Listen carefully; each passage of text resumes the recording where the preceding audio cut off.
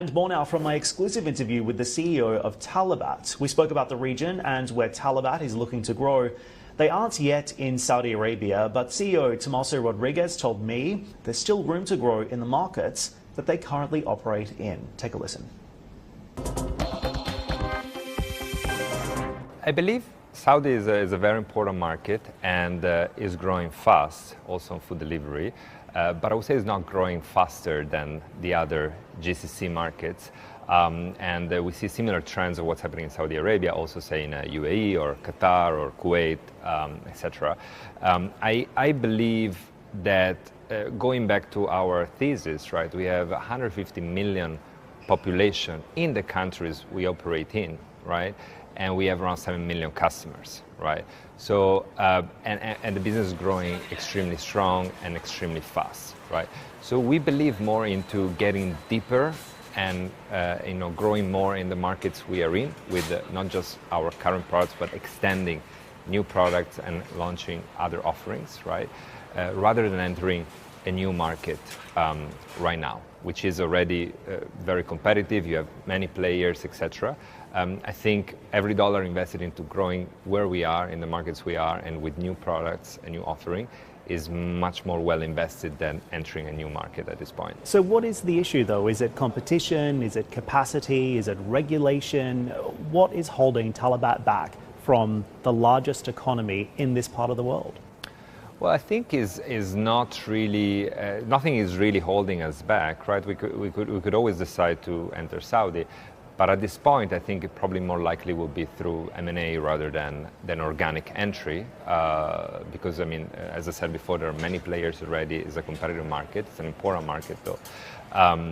But right now is really the opportunity cost, right? And I believe again that every single dollar we invest elsewhere right now yields a better return for us and for the shareholders than entering a new market. So are you sizing up potential acquisitions then? You mentioned M&A. Is that a prospect anytime soon?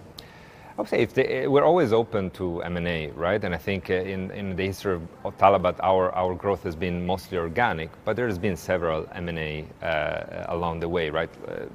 Last but not least was InstaShop, right? That we just discussed at the last quarterly call, right? So we're always open. If there's a good opportunity and if the right opportunity, why not? Let's talk about InstaShop as well, because this was quite a significant milestone for the business too.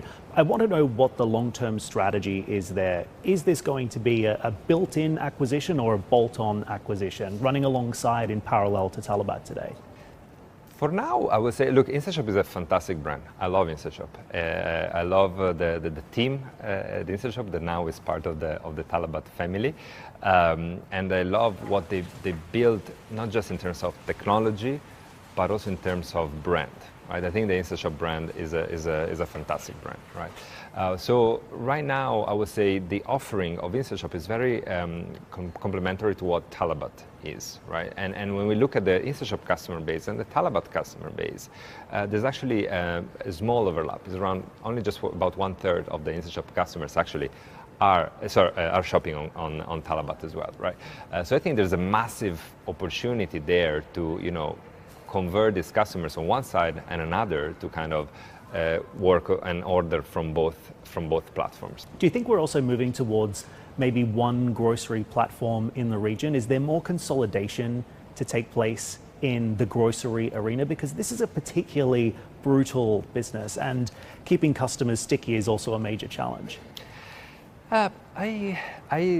It may happen at some point, but right now the growth of this business is so big that I believe everybody's really focused on like capturing, the growth of the markets rather than, thinking about the consolidation at this point, right? And it's a good problem to have, right? Because in a super fast-growing market, right, you need to be the one that serves the customers at the best and has the best product, has the best offering, has the best operations and the best affordability, et cetera, et cetera. And I think that's our focus right now rather than more consolidation.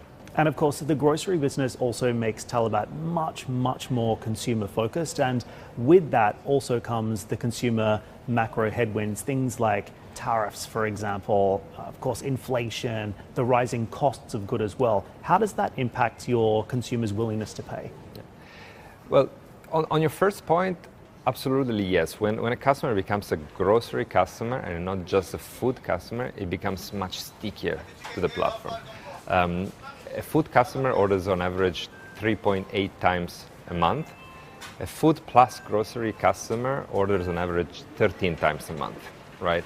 And this is not just from the extra grocery orders that you get, but it's also from a lot of more food orders. So just the platform becomes stickier. You just tend to open it every day rather than every other day or so.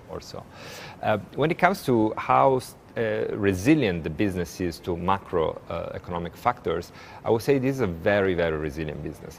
And the reason is we are a business that operates on margin rather than on absolutes, right? And the reason being, for example, if there's inflation happening or FX devaluation, what usually happens is that your cost base goes up, but at the same time also your top line goes up because the end consumer prices also increase, right? So on a margin basis, we don't see any deterioration of that in such events. For example, when we think about Egypt, there was a massive currency devaluation in the past few years, right? And what happened really to the business, this actually was positive for the business. It boosted the business in a way that people stopped buying USD denominated products, like for example cars or traveling or things like that, and the internal demand increased, right? And one of the main discretionary spend became food delivery, right? And that's really boosted our business. So I would say the business is very resilient to this kind of macro economic environmental changes. To that point, what would you say is the most critical macro risk that you're facing today? I don't see big risks right now on the macro environment. I would say that the region has been playing extremely well, around in the past years. If you think also throughout COVID, right, where everybody was looking at COVID as a massive disruptor for a lot of businesses, I would say that probably the Middle East has been the one region that played it the best, and actually businesses have been thriving throughout that period, right? And I have full confidence that whatever happens in the next few years, this region is a very resilient region.